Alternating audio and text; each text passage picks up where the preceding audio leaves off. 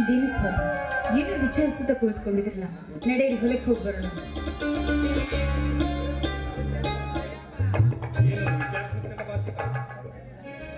ಹಾಗಾದ್ರೆ ಮತ್ತೆ ಈ ಮೌನ? ಈ ಜಗತ್ತನ್ನೇ ಬೆಳಗಿಸುವ ಆ ಸೂರ್ಯ ಚಂದ್ರಮನಿಗೆ ಗ್ರಹಣವೆಂಬುದು ಹಿಡಿದು ಈ ಜಗವೆಲ್ಲ ಕತ್ತಲೆ ಆವರಿಸಿದಂತೆ ಇಂದು ನನ್ನ ಮನೆಗೆ ಕಣ್ಣಾದ ನನ್ನ ತಮ್ಮನೆಂಬ ಜ್ಯೋತಿಗೆ ವಿಧಿ ಎಂಬ ಗ್ರಹಣ ಹಿಡಿದು ನನ್ನ ಸಂಸಾರವನ್ನೇ ಬಾಧಿಗೊಳಿಸಿದೆಯಲ್ಲ ಎಂದು ಸ್ವಾಮಿ, ಮನೆ ಹಿರಿಯರಾದ ನೀವೇ ಈ ರೀತಿ ಚಿಂತೆ ಮಾಡ್ತಾ ಕೂತ್ಕೊಂಡ್ರೆ ಆ ಗಂತುರಾಯ ನಮಗೆಲ್ಲಿ ದೊರಕ್ಯಾನು ಸ್ವಾಮಿ. ಆ ಚಿಂತೆಯನ್ನ ನೀವು ಇನ್ಮೇಲಿಂದ ಬಿಟ್ಬಿಡಿ. ಯಾಕೆಂದ್ರೆ ಮುಂದಿನ ತಿಂಗಳೇ ನನ್ನ ಮೈದುನ ಬಿಡುಗಡೆಯಾಗಿ ಬರ್ತಾರೆ. ಆ ಚಿಂತೆ ಬಿಡಿ ಸ್ವಾಮಿ. ಸೀತಾ, ಇದ್ಯಾವ ನಿನ್ನ ಕನಸು? ಇದು ಕನಸಲ್ಲ, ಬೆಳಗಿನ ಜಾವದಲ್ಲಿರುವ ಅಖಂಡೇಶ್ವರ ಸೊಗಸಾದ ನಗಸು. ಎಂಥ ಸಂತೋಷದ ಮಾತನ್ನ ಹೇಳಿದೆ ಸೀತಾ, ಎಂಥ ಸಂತೋಷದ ಮಾತನ್ನ ಹೇಳಿದೆ. ದಿನವಿಡೀ ಚಿಂತಿಸಿ ಚಿತೆಯಾಗುವ ಈ ದೇಹಕ್ಕೆ ಹೊಸದೊಂದು ಚೈತನ್ಯ ಮೂಡಿದಂತಾಯಿತು. ಸೀತಾ, ಊಟದ ಡಬ್ಬಿಯಂತೂ ರೆಡಿ ಮಾಡಿತ್ತಂದ್ರೆ ಹೊಲಕ್ಕೆ ಹೋಗೋಣವೇ? ಯಾಕೆ ಅನುಮಾನವೇ? ತಡವಾಗಿ ಹೋಗುದ್ವಿ? ಹೌದು ಸೀತಾ, ಹೌದು ಸೀತಾ, ನೀ ನುಡಿದ ಈ ನುಡಿ ಕೇಳಿ ನನಗೊಂದು ಯುಗವನ್ನೇ ಗೆದ್ದಂತಾಯ್ತು. ಈ ಗೆದ್ದ ಆನಂದದಿ ಗದ್ದರಿಸಿ ಹಾಡುತ್ತಾ ಹಾಡುತ್ತಾ ಬಾರೇ ನನ್ನ ಪ್ರಿಯತಮೆ. ಏನ್ರಿ ನೀವು ಈ ಸಮಯದಲ್ಲಿ ಯಾವಾಗ ನೋಡಿದ್ರೆ ಹಾಡಿನ ಚಿಂತೆನೇ ಇದೆ.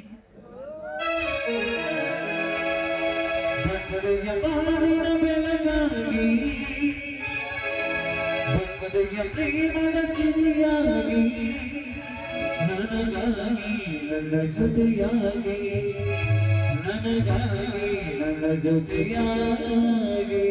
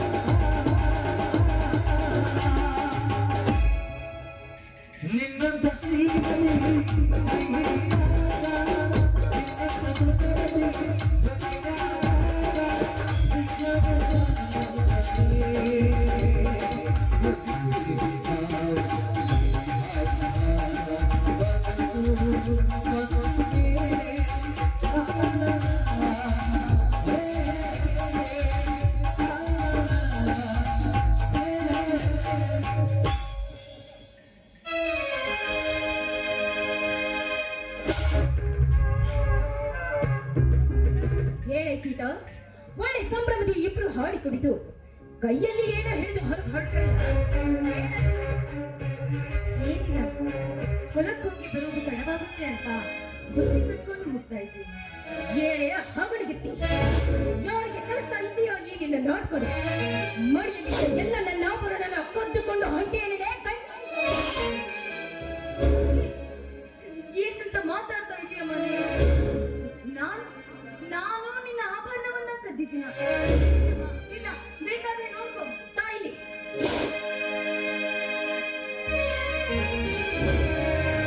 ನೋಡೆ ನೋಡು, ನನ್ನ ಕಣ್ಣಿಗೆ ಹಾಕ್ತೀಯ? ನೋಡಿದೆ ಅಪ್ಪನ ಶಿವನ ಭಕ್ತ ನಿನ್ನ ಹೆಂಡತಿ ಮಾಡಿದ ಕೃತಿಯನ್ನು. ಸೀತಾ, ಹೌದೇನೆ ಚಾಂಡಾಲಿನಿ, ನೀನು ಮಾಡಿದ ಈ ಕೃತಿ ಸದಾ ನಿಮ್ಮ ಚರಣ ದಾಸಿಯಾಗಿ ಸೇವೆ ಮಾಡಿದ ನಾನು ಇಂಥ ಕೃತಿ ಮಾಡುವುದೇನು ಸ್ವಾಮಿ? ಹೇಳಿ ಸ್ವಾಮಿ, ಹೇಳಿ. ಏನೇ ಹೊಯ್ವಾಗಿ ಊಟದಲ್ಲಿ ಎಪ್ಪದಲ್ಲಿ ನಿನ್ನ ಗಂಡನ ಎದುರಿಗೆ ನೀ ಕಳುವು ಮಾಡಿ ಮತ್ತೆ ನಾಟಕ ಮಾಡ್ತೀಯಾ? ಕಣ್ಣೀರಿನ ನಾಟಕ.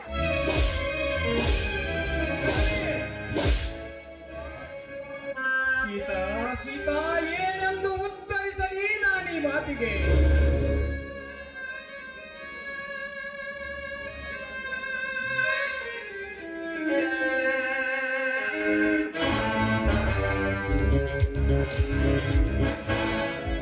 ಏನಮ್ಮ ಇದು ಗಲಾಟೆ? ಅಯ್ಯೋ ಅಯ್ಯೋ ಅಯ್ಯೋ ಅಯ್ಯೋ ಅಯ್ಯೋ ಅಪ್ಪ, ನನಗೆಲ್ಲ ಕಳುವಾಗಿ ಹಾಳಾಗೋಯ್ತು ಅಪ್ಪನೇ. ಯಾರು ಕೊಲೆ ಮಾಡಿದ್ದಾರಮ್ಮ? ಇಲ್ಲಿಟ್ಟಿದ್ದಾರಲ್ಲ, ರಾಮ ಸೀತೆ ಅಂತ ಸಾಕು ಹಾಕಿಕೊಂಡ ರಾಮಚಂದ್ರ. ಏನೋ ಬಡವ,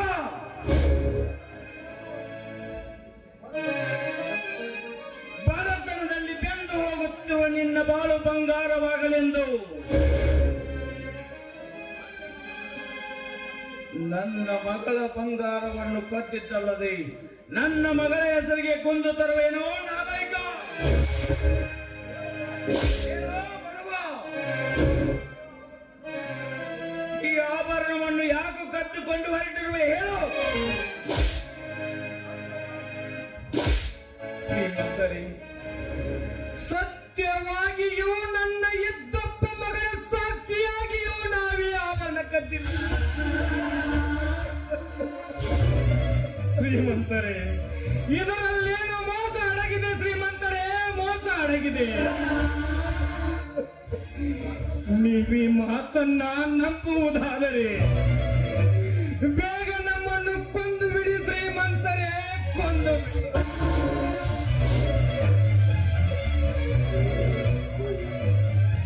ಅಟ್ಟು ಕರೆದು ಈ ಕಣ್ಣೀರಿನ ನಾಟಕ ನನಗೆ ಬೇಕಾಗಿಲ್ಲ. ಇದ್ದೊಬ್ಬ ನನ್ನ ಮಗಳು ಬಾಲ ಬಂಗಾರವಾಗಲೆಂದು ಗಂಡನಿಲ್ಲದಿದ್ದರೂ ನಿನ್ನ ಮಾತಿಗೆ ಮರುಳಾಗಿ ಈ ನಿನ್ನ ಮನೆಗೆ ಸೊಸೆಯಾಗಿ ಕಲಿಸಿದೆ. ಹೇಳೋ ಬಡವ, ನನ್ನ ಮಗಳ ಆಭರಣವನ್ನು ಕದ್ದೆ ಹಾಕುವ ಇತ್ತಿರುವೆ.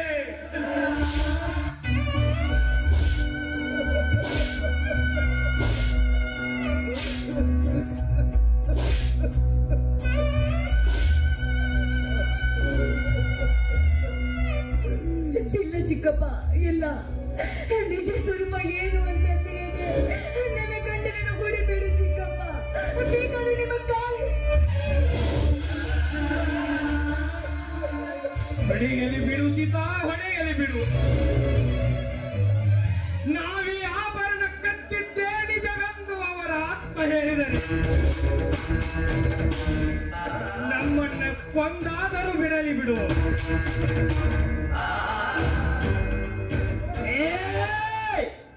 ನಿನ್ನ ಕೊಂದಾದರೂ ಬಿಡುವಲ್ಲ, ನಿನ್ನ ಪ್ರಾಣಕ್ಕೆ ಪ್ರಮೋಷನ್, ನಿನ್ನ ಹೆಂಡತಿಗೆ ಪೆನ್ಷನ್ನು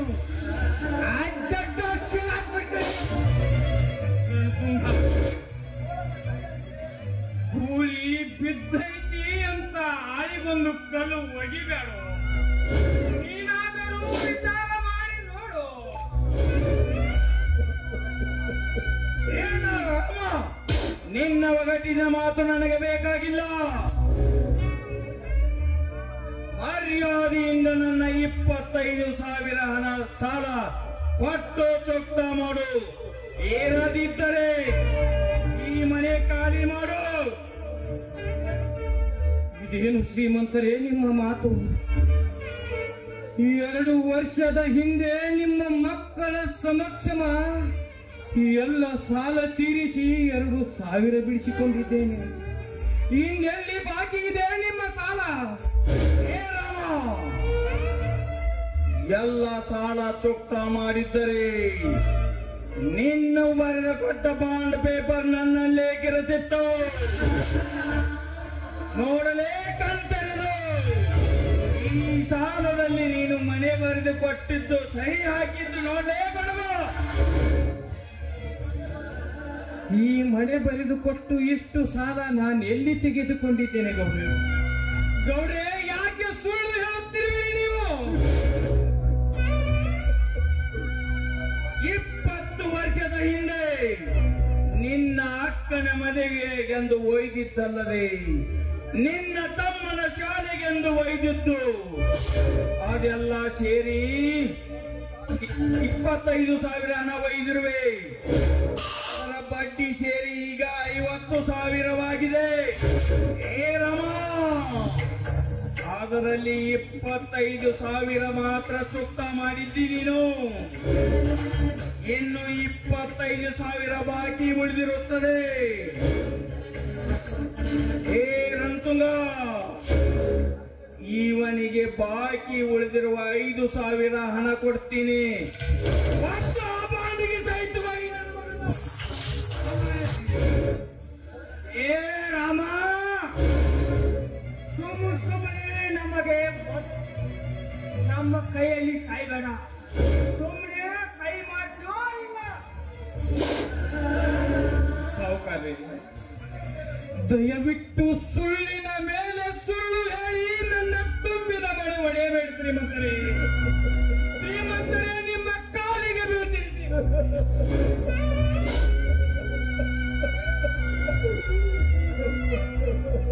ಏ ರಾಮ,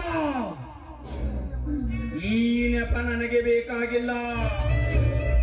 ಮರ್ಯಾದೆಯಿಂದ ಈ ಸಾಲದಲ್ಲಿ ಈ ನಿನ್ನ ಮನೆ ನನಗೆ ಪೂರ್ತಿ ಒಪ್ಪಿದೆ ಎಂದು ಸಹಿ ಮಾಡ್ತೀವೋ ಅಥವಾ ಇಲ್ಲ?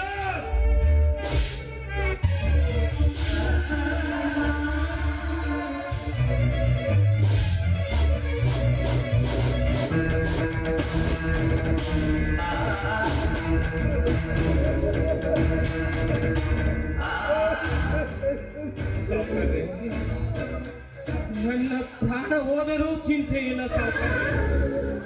ಸಹಿ ಮಾತ್ರ ಹಾಕಲಾರ ಸಾವುಕಾರೇ. ಹಾಕಿದ್ದರೆ ಸಹಿಸಿಕೊ ಮಗನೇ.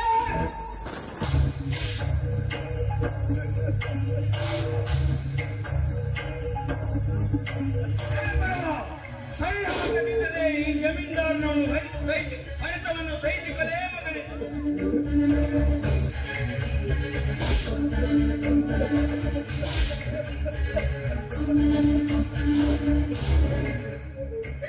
ಚಿಕ್ಕಪ್ಪ, ನನ್ನ ಪತಿಯನ್ನು ಹುಡಿಬಿಡಿ ಚಿಕ್ಕಪ್ಪ.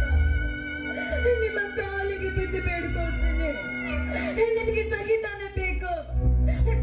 ನಾನು ಹಾಕಿಸ್ತೀನಿ ಸಹಿ. ದಯವಿಟ್ಟು ಹೊಡಿಬೇಡಿ. ಕೊಡಬೇಡ ಸೀತಾ, ನೀನ ಮಾತನ್ನ ಕೊಡಬೇಡ. ನಾಳೆ ನನ್ನ ತಮ್ಮ ಬಂದು ನನ್ನ ಮನೆಯಲ್ಲಿ ಎಂದು ಕೇಳಿದರೆ ನಾನು ಏನೆಂದು ಹೇಳಲು ಸೀತಾ?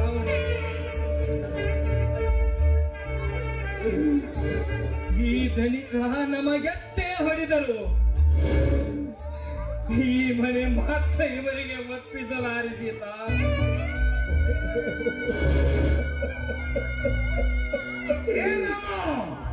ನಾನು ಕೊಟ್ಟ ಸಾಲ ಹರಾಮ್ ಗಂಟೆಂದು ತಿಳಿದಿರುವೇನೋ? ಹರಾಮ್ಕೋ ರಾಣತುಂಗ, ಈ ಮಗ ಹಾಗೆ ಹಾದಿಗೆ ಬರ್ತಾ ಕಾಣ್ತಾ ಇಲ್ಲ.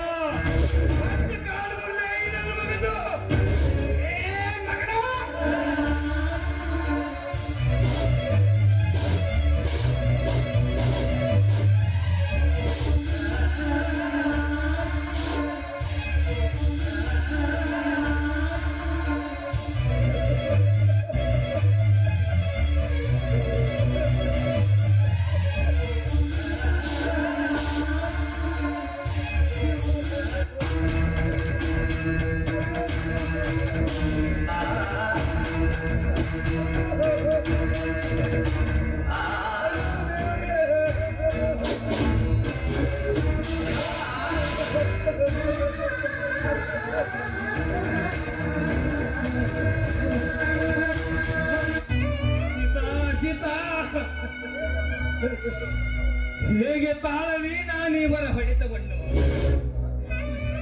ಈ ಪಾಪಿಗಳ ಹೊಡೆತಕ್ಕೆ ನನ್ನದೊಂದು ಕಾಲು ಮುರಿದು ಹೋಯಿತು ಸೀತಾ. ನನ್ನ ಕಾಲು ಮುರಿದು ಹೇಗೆ ತಾಳಲಿ ನಾನೀ ಸಂಕಟವನ್ನು?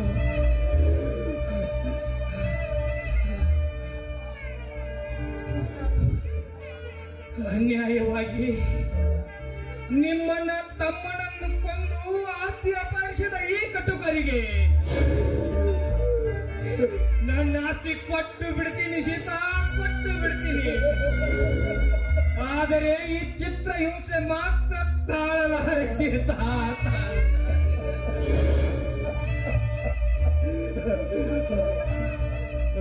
ಪಲ್ಲವಿ, ಈಗಲಾದರೂ ತೃಪ್ತಿ ಆಯಿತೆ ನಮ್ಮ ನಿನ್ನ ಮನಸ್ಸಿಗೆ? ವಿಷಕಾರುವ ಸರ್ಪಕ್ಕೆ ಹಾರಿದ್ರೆ ತೃಪ್ತಿ ಆಯ್ತು ಅಂತ ಕೇಳಿದ್ರೆ ಅದು ತೃಪ್ತಿ ಪಟ್ಟಕ್ಕೆ ಅಂತ ಕೇಳುತ್ತೇನೆ ಸ್ವಾಮಿ. ಇಲ್ಲ ಸ್ವಾಮಿ, ಇಲ್ಲ.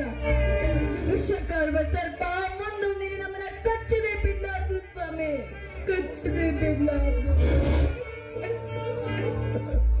ಹೌದು ಸೀತಾ, ಹೌದು. ಸರ್ಪದ ಹೆಡೆಯಲ್ಲಿ ವಾಸವಿದ್ದಂತಾಯಿತು ನಮ್ಮ ಬಾಳು.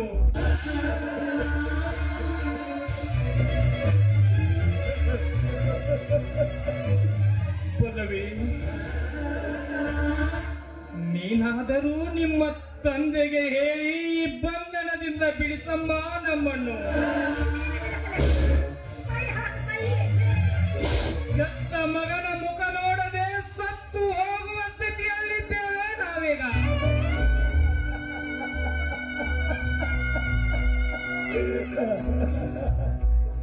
ಶ್ರೀಮಂತರ ಮಗಳಾದ ನೀನು ಕಂದಮ್ಮ ನಿದ್ದೆಯಿಂದ ಎದ್ದು ನಿನ್ನ ಸೇವೆ ಮಾಡಿದರು ಏಕೆ ಈ ಬಾಳನ್ನ ಒಡೆಯುತ್ತಿರುವೆ ತಾಯಿ? ಏಕೆ ಈ ಬಾಳನ್ನ ಒಡೆಯುತ್ತೀಯಮ್ಮ ನೀನು?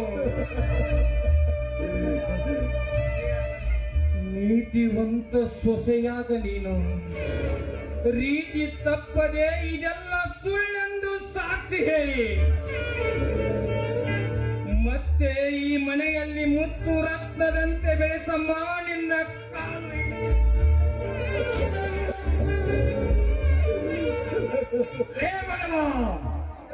ಕೊನೆಗೆ ಉಳಿದಿರುವುದು ಈ ಗುಂಡಿನ ಸುರಿಮಳೆ ಮಾತ್ರ ನಿನಗೆ.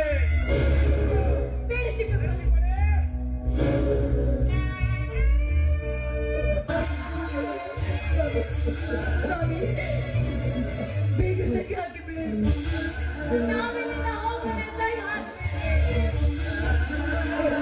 ಆಯ್ತು ಸೀತಾ, ಸಹಿ ಹಾಕ್ತೀನಿ.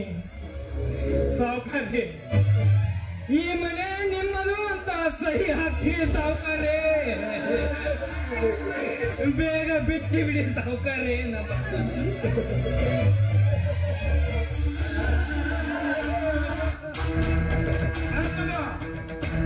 ಇವನನ್ನು ಸಹಿ ತೆಗೆದುಕೋ. ಹೀಗೆ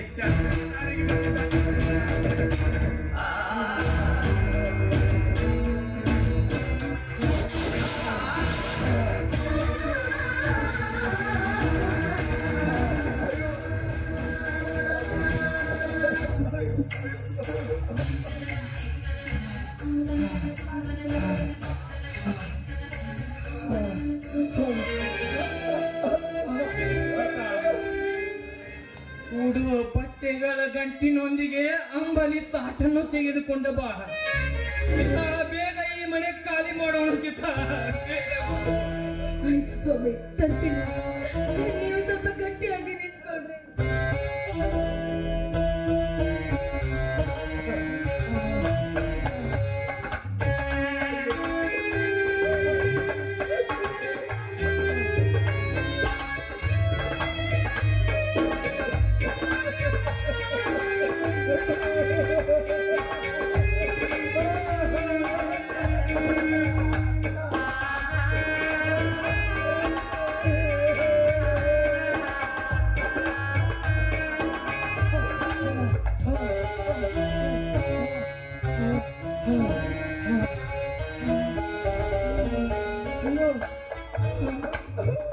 ಸ್ವಾಮಿ ಬನ್ರಿ ಹೋಗೋಣ. ಅಮ್ಮ ಮನೆ ಎಂಬ ಮಹಾಲಕ್ಷ್ಮಿ, ನಿನಗೆ ನಾನ್ಯಾವ ಅಪರಾಧ ಮಾಡಿದೆನೆಂದು ನನ್ನನ್ನು ಹೊರಗೆ ಹಾಕುತ್ತಿರುವೆ ತಾಯಿ ನೀನು. ನಾವು ಮಾಡುವ ನಿತ್ಯ ಪೂಜೆ ನಿನಗೆ ಸಲ್ಲಲಿಲ್ಲವೇ ತಾಯಿ? ಸತ್ಯವಾಗಿಯೂ ನಮ್ಮನ್ನು ಪಡೆದ ತಾಯಿ ನೀನಾದರೆ ಮುಂದೊಂದು ದಿನ ಮತ್ತೆ ನಮ್ಮನ್ನು ಕರೆದು ನೆರಳು ಕೊಡಮ್ಮ ತಾಯಿ, ನೆರಳು ಕೊಡು. ಅಪ್ಪ ಅಮ್ಮ, ಹೇಗೆ ನೀವು ಅಳುತ್ತಿರುವಿರಿ? ಏನಿದು ನಿಮ್ಮ ಕೈಯಲ್ಲಿ ಅರಿವಿಗಂಟು? ಕಂದ, ಅದನ್ನೆಲ್ಲ ನೀನು ಕೇಳಬಾರದು ಕಂದ, ನೀನು ಕೇಳಬಾರ್ದಪ್ಪ. ನೀನ್ ಕೇಳಬಾರ್ದಂದ್ರೆ ನಿನ್ ಮಗನ್ಗೆ ಅರ್ಥವಾಗೋದು ಯಾವಾಗಪ್ಪ?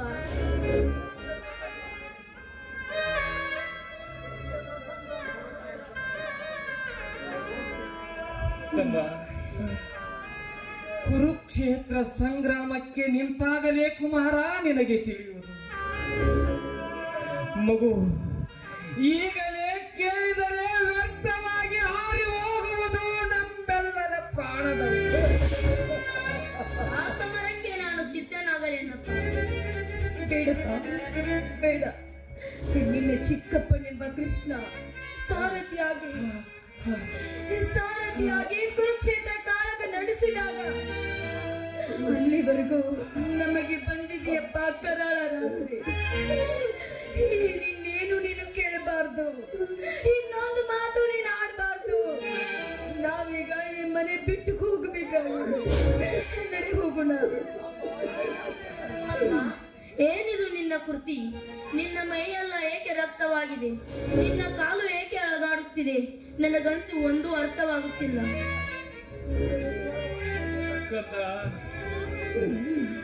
ತಿಳಿಸಿ ಹೇಳದಷ್ಟು ನಿರ್ಗತಿಕನಾಗಿದ್ದೇನೆ ಕಂದ.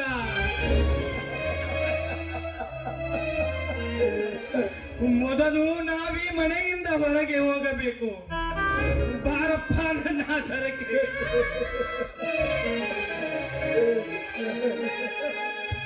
ಅಮ್ಮ, ಮನೆ ಎಂಬ ಮಹಾಲಕ್ಷ್ಮಿ ಚಳಿ ಮಳಿ ಬಿಸಿಲೆನ್ನದೆ ನಮ್ಮನ್ನು ಜೋಪಾನ ಮಾಡಿ ಸಂರಕ್ಷಣೆಗಳಿದೆ.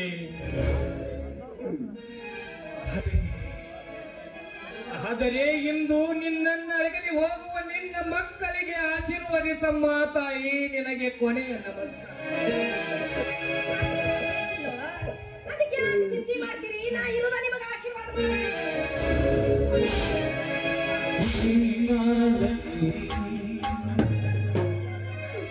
ಪಲ್ಲವಿ,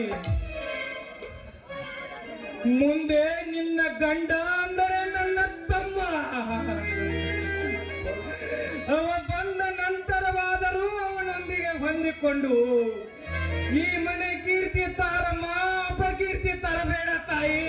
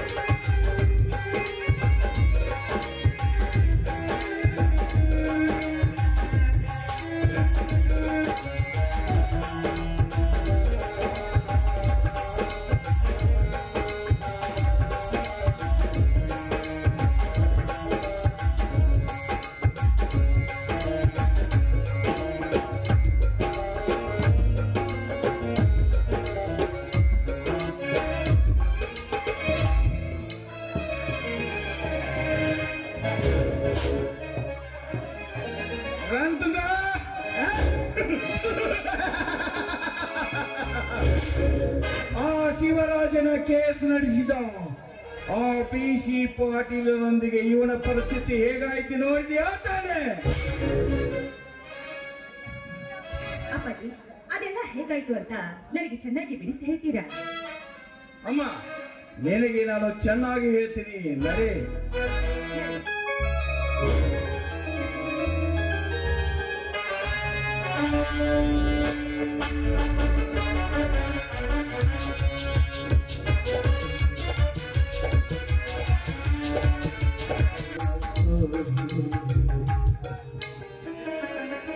ವಿಧಿ ವಿರಾಟವೇ, ಈಗಲಾದರೂ ತೃಪ್ತಿ ಆಯ್ತೆ ನಿನ್ನ ಮನಕ್ಕೆ?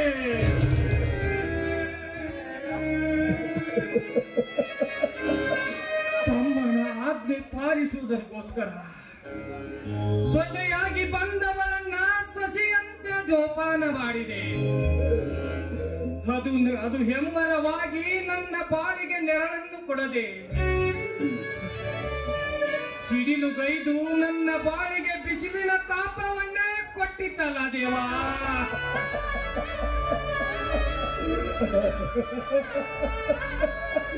ಎಲೆ ವಿಧಿ ವಿರಾಟವೇ, ಇನ್ನಾರಿಗೂ ಬರೆಯದಿರು ನನ್ನ ಹಣೆ ಬರವನ್ನು.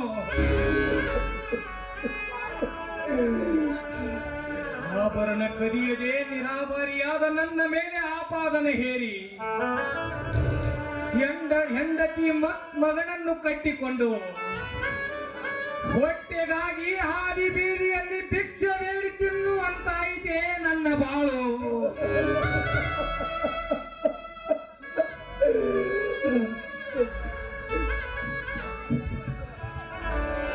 ಸಿಡಿಲಿನಂತೆ ಗುಡುಗಿದ ಆ ಶ್ರೀಮಂತ ನನ್ನ ಆಸ್ತಿ ಆಸೆಗಾಗಿ ಅನ್ಯಾಯವಾಗಿ ನನ್ನ ಕಾಲು ಮುರಿದು ತೊಟ್ಟು ನೀರಿಗೂ ಗತಿಯಿಲ್ಲದಂತಾಗಿ ಹೋಯಿತೆ ನನ್ನ ಬಾಳು.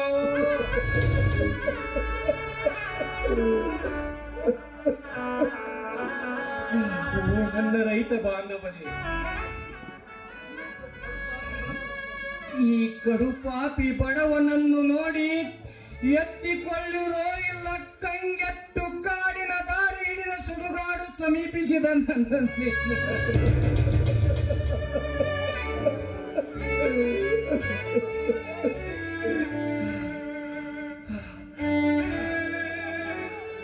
ಸಮಾಧಾನ ತಂದುಕೊಳ್ಳಪ್ಪ, ಸಮಾಧಾನ ತಂದುಕೋ.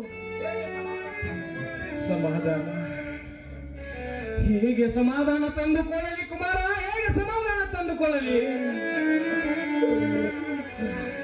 ಮೈಯಂತ ಮೈಯೆಲ್ಲ ಎಲುವಿನ ಹಂದರ ಪುಡಿಯಾಗಿ ಈ ಭೂತಾಯಿಯ ಮೇಲೆ ಅಡಿಯಿಡಲು ಕಾಲು ಕಳೆದುಕೊಂಡ ನಾನು ಆಸ್ಪತ್ರೆ ಸೇರಬೇಕೆಂದರೆ ಕೈಯಲ್ಲಿ ಒಂದು ಬಿಡಿಗಾಸು ಇಲ್ಲ.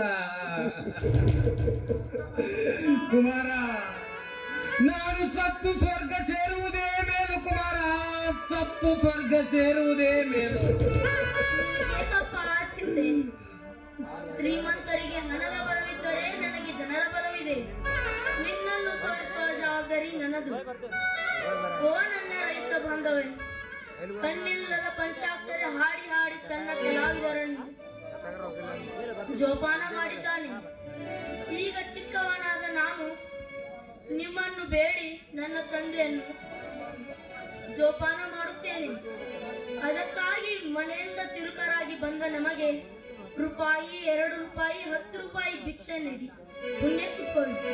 ನನ್ನ ತಂದೆಯನ್ನು ಆಸ್ಪತ್ರೆಗೆ ಸೇರಿಸಿಕೊಳ್ಳಿ. ಕಂದ, ಇಂಥ ತಂದೆ ತಾಯಿಗಳು ಹುಲಿ ಅಂತ ಚಿಕ್ಕಪ್ಪ ಇದ್ರು ಕೂಡ ನಿನಗೆ ಇಂಥ ಸ್ಥಿತಿ ಬಂತೇನಪ್ಪ?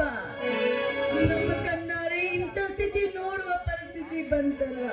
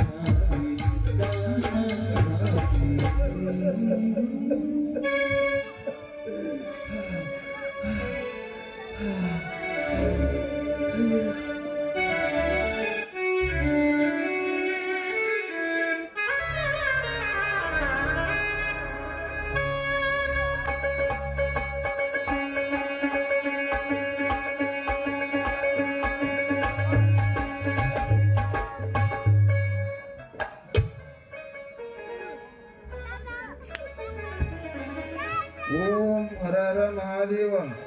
ಉತ್ತರ ದಿಕ್ಕಿಗೆ ಉರಿಯದು ಬಂದಿತ್ತು ನೋಡಿರನ್ನ. ಕಾಲಜ್ಞಾನ ಹೇಳ್ತದ ಕೇಳಿರನ್ನ. ಆಲವಟ್ಟಿ ಆಟಗಟ್ಟಿತ್ತು, ಸಿದ್ಧಿ ಮನಿ ಸಿಕ್ಕು ಬಿದ್ದಿತ್ತು, ಬಬರಾದಿ ಬಬ್ಬಿ ಹೊಡೆದಿತ್ತು. ಗದ್ದನಕೆರೆ ಮುತ್ತಿನ ಬಜಾರ ಆಗಿತ್ತು. ಅವಾಗ ಕಲ್ಲು ಕೋಳಿ ಕೂಗ್ತತಿ ಕೇಳ್ರನ್ನ. ಅದನ್ನ ಬಂದ ಮುಲ್ಲ ಚೂರಿ ಹಾಕ್ತಾನ. ಆಮ್ಯಾಲ ಲೋಕಲಯ ಆಗಿತ್ತು ಕೇಳಿರನ್ನ. ಇದ್ರಾಗ ಜೋಳ ಜೊಟ್ಟು ಹಾರ್ತತಿ, ಗಟ್ಟಿ ಬೀಜ ಉಳಿತೈತಿ.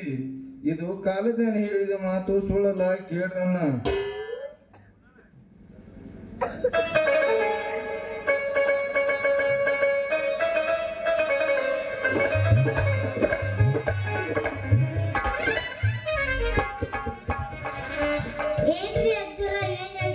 ಹಕ್ಕಿಕತ್ತಿ ನೋಡಮ್ಮ, ಈ ವರ್ಷ ರೈತ ರಾಜ ಆಗ್ಬೇಕಂದ್ರ ರೇಟ್ ಇಲ್ಲದ ಪ್ಯಾಟಿ ರೂಟ್ ತಪ್ಪೈತಿ.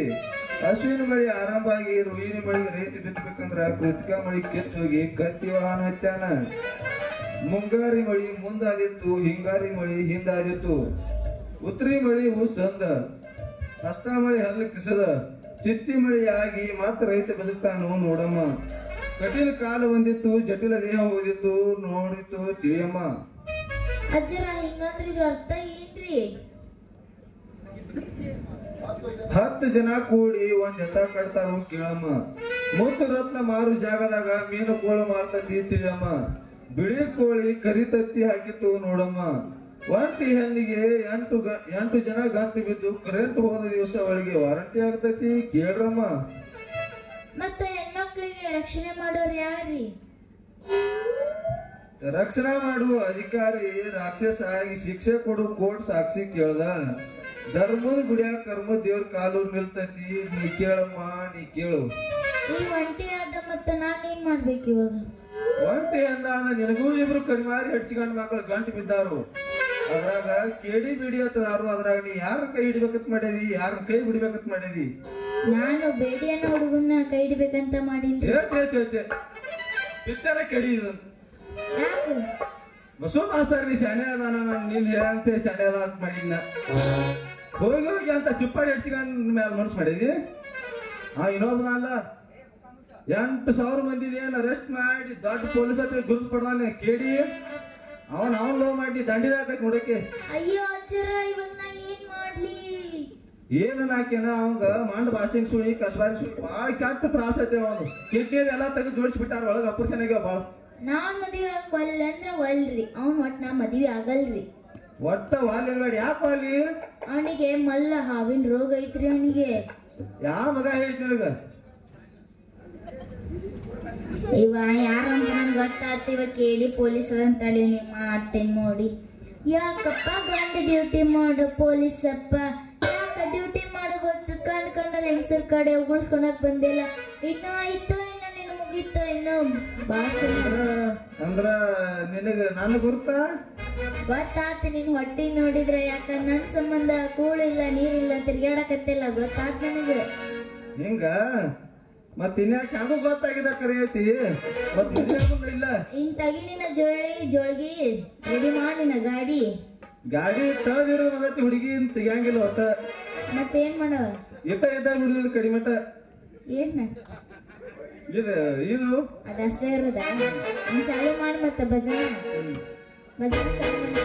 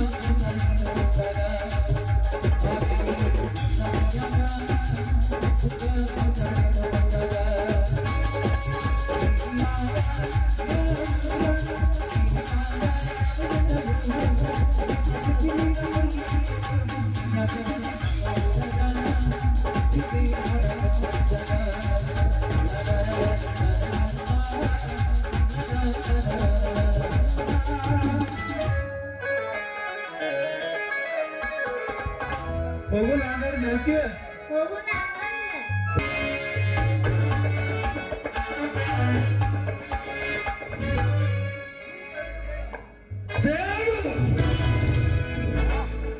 ಸೇಡಿಗೆ ಸೇಡೆಂಬ ಈ ಮಿಡಿನ ಅದರ ಗಡಿ ಎತ್ತಿ ಒಂದರಿಂದ ಎಲ್ಲ ಶ್ರೀಮಂತ ಕುಂಡಿಗಳನ್ನು ತಿಂದು ತೆಗೆದರು ನನ್ನ ಸೇಡೆಂಬ ಆರುವಂತಿಲ್ಲ. ಯಾಕೆ ಗೊತ್ತಾ?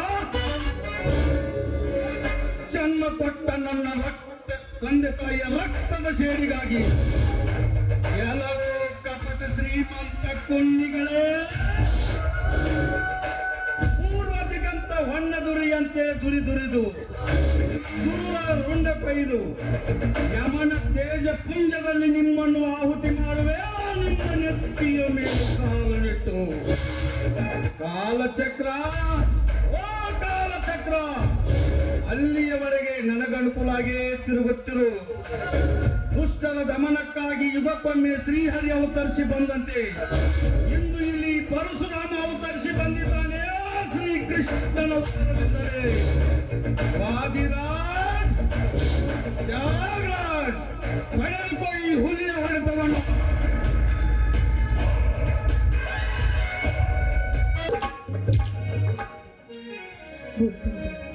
ಎನ್ನ ಗುರು ಆರಾಧ್ಯ ಮಾರುತೇಶ್ವರ, ಎಷ್ಟು ದಿನ ಅಂತ ಇದೇ ಕಷ್ಟ ಕಾಲದಲ್ಲಿ ನಾವು ಜೀವನ ಸಾಗಿಸಬೇಕು. ಜೈಲಿಗೆ ಹೋದ ನನ್ನ ಮೈದುನ ಮರಳಿ ಮನೆಗೆ ಬರಲಿಲ್ಲ. ದುಷ್ಟರಿಂದ ಹೊಡಿಸಿಕೊಂಡು ಕೈಕಾಲವನ್ನು ಮುರಿದುಕೊಂಡು ನನ್ನ ಗಂಡ ಆಸ್ಪತ್ರೆಗೆ ಸೇರಿದ್ರು. ಇನ್ನು ನನ್ನ ಕಂದನನ್ನ ಕಟ್ಟಿಕೊಂಡು ಎಲ್ಲಿ ಅಂತ ನಾನು ಜೀವನ ಸಾಗಿಸಿ. ಹೇಳು ದೇವ, ನನ್ನ ಜೀವನದ ಗತಿ ಹೇಳು ದೇವ, ನನ್ನ ಜೀವನದ ಗತಿ ಮುಂದೇನು?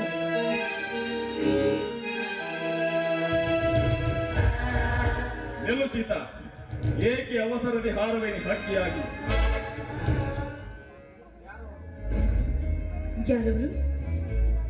ನಾನೇ, ಹೆದರಬೇಡ ಸೀತಾ, ನಾನೇ ನಿಮ್ಮ ಚಿಕ್ಕಪ್ಪನ ಸ್ನೇಹಿತ ತ್ಯಾಗರಾಜ್. ಅರ್ಥಾತ್ ನಿಮ್ಮನ್ನೆಲ್ಲ ರಕ್ಷಣೆ ಮಾಡಲು ಬಂದಿರುವ ಕಲಿಯುಗದ ಕೃಷ್ಣ ನಾನು.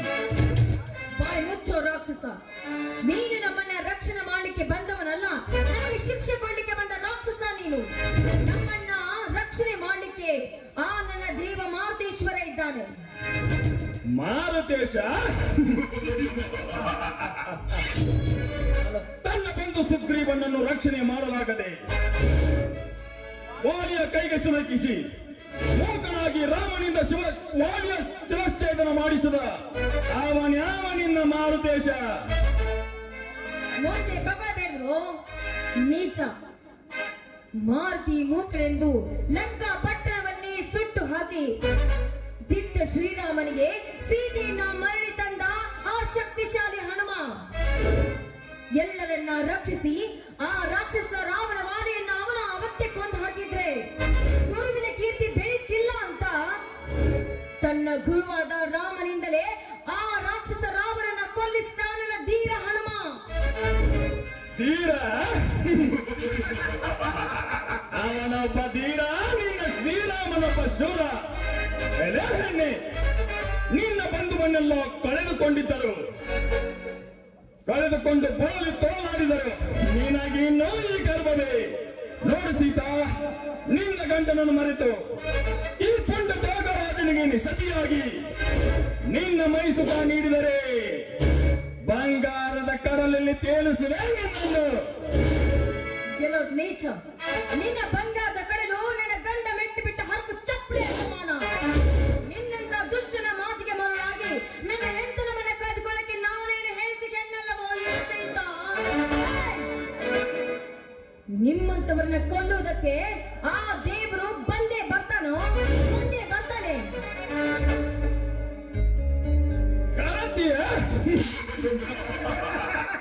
ಗಂಡನ ಕೈ ಹಿಡಿದು ಬಾಳುವ ಮಹಾಕರತಿಯೇ, ನಿನ್ನಂತೆ ಗರತಿ ಎಂದು ಕೂಡಲೇ ಹಾಗೆ ಸತ್ತು ಹೋದಳು ಮಹಾಭಾರತದಲ್ಲಿ ಭಾನುಮತಿ.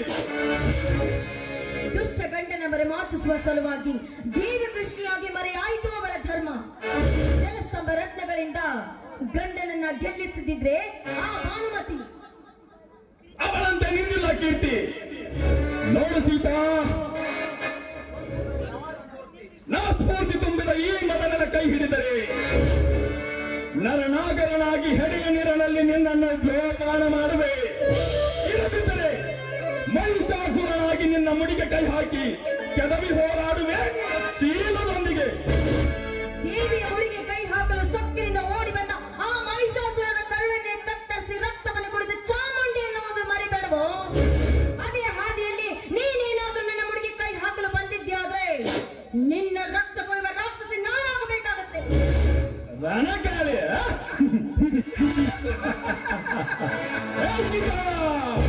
ನೀನು ರಣಕಾಳಿ ಅಷ್ಟೇ ಏಕೆ ಭದ್ರಕಾಳಿಯಾಗಿ ನಿಂತರು. ಸುಭದ್ರವಾದ ನಿನ್ನ ಶೀಲವನ್ನು ಎತ್ತಿ ತಿನ್ನುವುದೇ ನನ್ನ ಬಲವಾದ ಛಲ. ಎಲ್ಲೋ ಕಾಮುಕ, ಮೇನಕೆ ತಿರೋತ್ತಮೆ ಅಂತೆ ಮತ್ತೊಬ್ಬರ ಸೊತ್ತಾಗಿ ಬದುಕುವ ಹೇಸಿ ಹೆಣ್ಣಲ್ಲವೋ ಈ ಸೀತಾ? ನಿತ್ಯ ಪತಿಯೇ ಪರಮಾತ್ಮನೆಂದು ಪತಿ ಸೇವೆ ಮಾಡುವ ಗರತೆಯ ಹೆಣ್ಣು ಇವಳು. ಇದನ್ನೆಲ್ಲ ಲೆಕ್ಕಿಸದೆ ಧರ್ಮವನ್ನ ಬಿಟ್ಟು ಅಧರ್ಮದ ಹಾದಿಯಲ್ಲಿ ನನ್ನನ್ನ ಮುಟ್ಟಲು ಬಂದಿದ್ಯಾದ್ರೆ ಒಣಕ್ಕೆ ಒಬ್ಬವನಕ್ಕೆ ಕಚ್ಚಿ ಹಾಕಿ ಕೊಚ್ಚಿ ಬಿಡುವೆ ಈ ರಣರಂಗ ಭೂಮಿಯಲ್ಲಿ. ಗಂಡಂಬ ಎದುಗಾರಿಕೆ ಇದ್ದಲ್ಲಿ ನಿನ್ನ ಕೊಂಡೆ ಹಣ್ಣಿನಿಂದ ಪುಟಿ ಕಂಚಲು ಬಂದಿರುವೆ. ಗಂಡಸಾಗಿ ನಿನ್ನ ಬಂಡ ಮೈದನ ಎಂದು ಜೈಲು ಸೇರಿದನು. ಅಂದೇ ನಿಮ್ಮ ಪಲ್ಲವಿಯನ್ನು ನನ್ನ ಕೈವಶ ಮಾಡಿಕೊಂಡು ಕಲ್ಲು ಹಾಕಿರುವೆ. ನಿನ್ನ ಕಾಯಿಯನ್ನು ಕೆತ್ತುವಾಗ ಸುಳ್ಳು. ಕೆಲವು ತಾಳಿ ಬೆಲೆ ಗೊತ್ತಿಲ್ಲದ ನಾಲಾಯಕ ಗಂಡಸೆ ನನ್ನ ಗಂಡ ಕಟ್ಟಿದ ಈ ಪವಿತ್ರ ತಾಳಿಯನ್ನ ಕಿತ್ತು ಹಾಕ್ಲಿಕ್ಕೆ ನಿನಗಲ್ವೋ ನಿನ್ನಪ್ಪನಿಂದ ಸಾಧ್ಯ ಅಂತ ತಿಳಿದುಕೋ. ಇದನ್ನ ಮೀರಿ ನನ್ನ ಪವಿತ್ರವಾದ ತಾಳಿಯನ್ನ ಕಿತ್ತು ಹಾಕಲು ಮುಂದೆ ಬಂದಿದ್ಯಾಕೆ? ನಿನ್ನಂತವನ ಮತ್ತು ಬುದ್ಧಿ ಕಲಿಸಕ್ಕೆ ನನ್ನ ಕಾಯ ನೀನು ರಣಕಾರಿಯಷ್ಟೇ ಯಾಕೆ ಭದ್ರಕಾರಿಯಾಗಿ ನಿಂತರು ಸುಭದ್ರವಾದ ನಿನ್ನ ಶೀಲವನ್ನು ಕುಕ್ಕಿ ತಿನ್ನುವುದೇ ನನ್ನ ಛಲ. ಬಾರೆ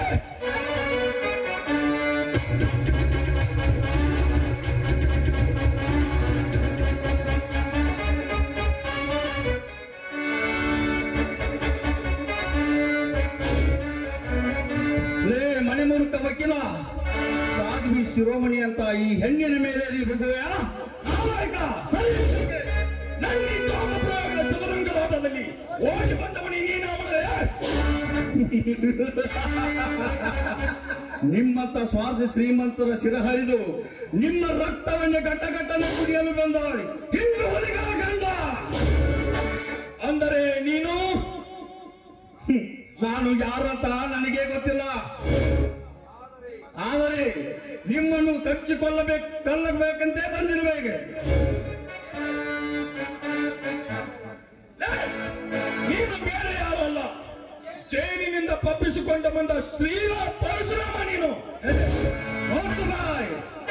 ಆ ನಿನ್ನ ಪರಶುರಾಮ ನಿಮ್ಮ ಕೈವಾಡದಿಂದಲೇ ಎಂದೋ ಜೈಲಿನ ಜೀವಂತ ಸತ್ತು ಹೋಗಿದ್ದಾನೆ. ಇನ್ನೆಲ್ಲಿಯ ಪರಶುರಾಮ? ಹಾಗಾದರೆ ನೀನು ಒಬ್ಬ ಗೊಂಡ, ನಿನ್ನನ್ನ ಈಗಲೇ ಮಾಡಿಸ್ತಿರ್ತೀನಿ, ಅರೆಸ್ಟ್ ಮಾಡಿಬಿಡ್ತೀನಿ.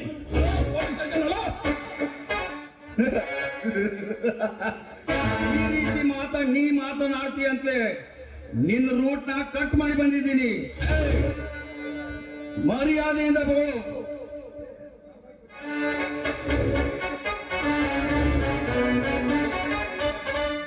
ನಿಲ್ಲು ಹುಲಿರಾಯ, ನಿಲ್ಲು. ಮನುಷ್ಯರನ್ನೇ ಮನುಷ್ಯರು ಕೊಲ್ಲಲು ಇದು ಗುಂಡಾ ರಾಜ್ಯವಲ್ಲ, ಇದು ರಾಮರಾಜ್ಯ. ಯಾರ ನೀನು? ಹೋಗಿಬಿಡು ಇಲ್ಲಿಂದ. ಇಲ್ಲ ಕುಮಾರ, ಇಲ್ಲ. ಈ ರಾಮರಾಜ್ಯದಲ್ಲಿ ನಡೆಯಬೇಕಿದ್ದ ಈ ರಾವಣಗಳ ಕೊಲೆ, ಇಂಥ ಹೆಣ್ಣು ಮಕ್ಕಳ ಮೇಲೆ ಕೈ ಮಾಡಿದರೆ ನಾನು ಅವರನ್ನು ಹಾಗೆ ಬಿಡಬೇಕೆ? ಇಲ್ಲ ಕುಮಾರ, ಇದು ಸೂರ್ಯವಂಶದ ರಕ್ತ, ಸತ್ಯಕ್ಕಾಗಿ ಹೋರಾಡುವ ರಕ್ತ. ಸರಿ ಕುಮಾರ.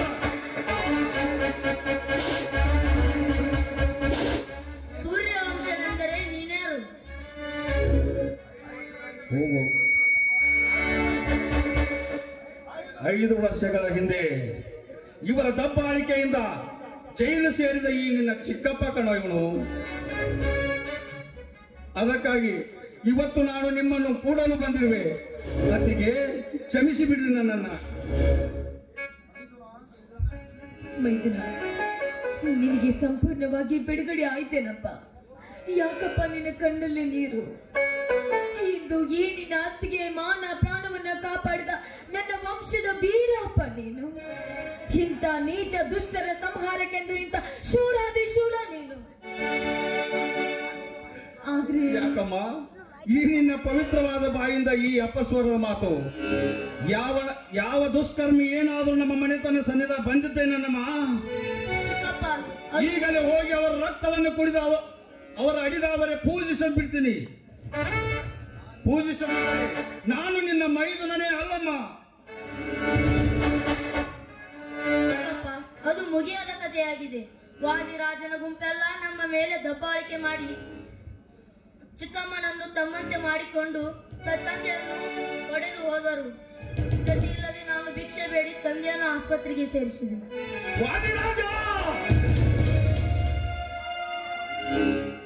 ಕುಮಾರ, ಈ ನಿನ್ನ ಚಿಕ್ಕಪ್ಪ ಹುಲಿಯಂತೆ, ಕರ್ನಾಟಕದ ಹುಲಿಯಂತೆ ಇದ್ದರು. ನಿನಗೆ ಭಿಕ್ಷೆ ಬೇಡುವ ಪರಿಸ್ಥಿತಿ ಬಂತೆ ಕಂದ. ಮಗನೇ ವಾದಿರಾಜ್, ಮೋಸದಿಂದ ನನ್ನನ್ನು ಜೈಲಿಗೆ ಕಳಿಸಿ ನನ್ನ ಮಡದಿಯನ್ನೇ ನಿನ್ನ ಕೈವಶ ಮಾಡಿಕೊಂಡು ನನ್ನ ಅಣ್ಣನ ಕಾಲು ಮುರಿಸಿದೆಯಾ ಮಗನೇ? ನೀನು ನಿನ್ನ ತಾಯಿಯ ಗರ್ಭದಲ್ಲಿ ಅಡಗಿಕೊಂಡು ಕುಳಿತಿದ್ದರು ಸರಿ, ನಿನ್ನನ್ನು ಹೊರಗೆಳೆದು ತಂದು ನಿನ್ನ ರುಂಡ ಮುಂಡದಿಂದ ಬೇರ್ಪಡಿಸದಿದ್ದರೆ ನಾನು ವೀರ ಪರಶುರಾಮನೇ ಅಲ್ಲ. ಅತ್ತಿಗೆ, ಕುಮಾರನನ್ನು ಕರೆದುಕೊಂಡು ಬನ್ನಿ. ಅಣ್ಣ ಎಲ್ಲಿದ್ದಾನೆ ಅಂತ ನೋಡೋಣ. ಬಾರಪ್ಪ.